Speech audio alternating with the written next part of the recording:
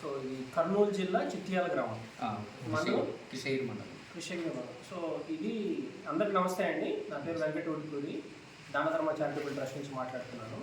ఈరోజు మనం కర్నూలు జిల్లాలో అతి మారుమూల గ్రామంలో ఉన్నాము. యాక్చువల్గా ఇక్కడ రావడం కూడా చాలా టఫ్ అయింది, ఆల్మోస్ట్ సిగ్నల్ కూడా లేదు మనకి. సో కానీ ఇక్కడ వచ్చి చూసిన తర్వాత రామాంజనేయులు గారు చేసిన కృషి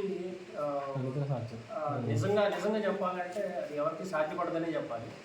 ఎందుకంటే ఇక్కడ ఇంత మారుమూల గ్రామంలో ఒక 500 కుటుంబాలు ఉన్నాయి, 1000 కుటుంబాలు ఉన్నటువంటి ఈ చిన్న గ్రామంలో ఇంత సేవ చేస్తూ అన్నదానం, అలాగే గాయత్రి హోమాలు, సుదర్శన హోమాలు, గోశాల ఇవన్నీ ఆయన ఓన్గా మెయింటైన్ చేసుకుంటూ భక్తాదుల సహాయ సహకారాలతో చేసుకుంటున్నారంటే నిజంగా ఇలాంటి వారిని మనం గుర్తించి వారికి మనకు తోచినటువంటి సహాయం చేయాల్సిందిగా నేను ప్రార్థిస్తున్నాను.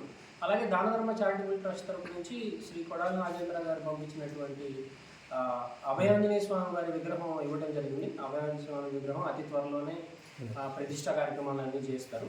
సో ఇక్కడ చూస్తే చాలా ఆహ్లాదకరమైన వాతావరణం.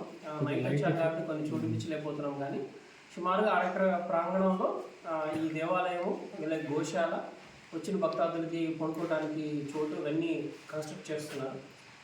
Akshita charitable trust. సో ఈ వీడియో కింద మేము పిక్చర్ పెడతాము. సో ఎవరన్నా సహాయం చేయవలసిన దాతలు ఎవరైనా ఉంటే కనుక డెఫినెట్గా మీరు దానధర్మ చారిటబుల్ ట్రస్ట్ కానీ లేకపోతే అక్షిత చారిటబుల్ ట్రస్ట్ కానీ సహాయం చేయవలసిందిగా మరొకసారి కోరుతున్నాను.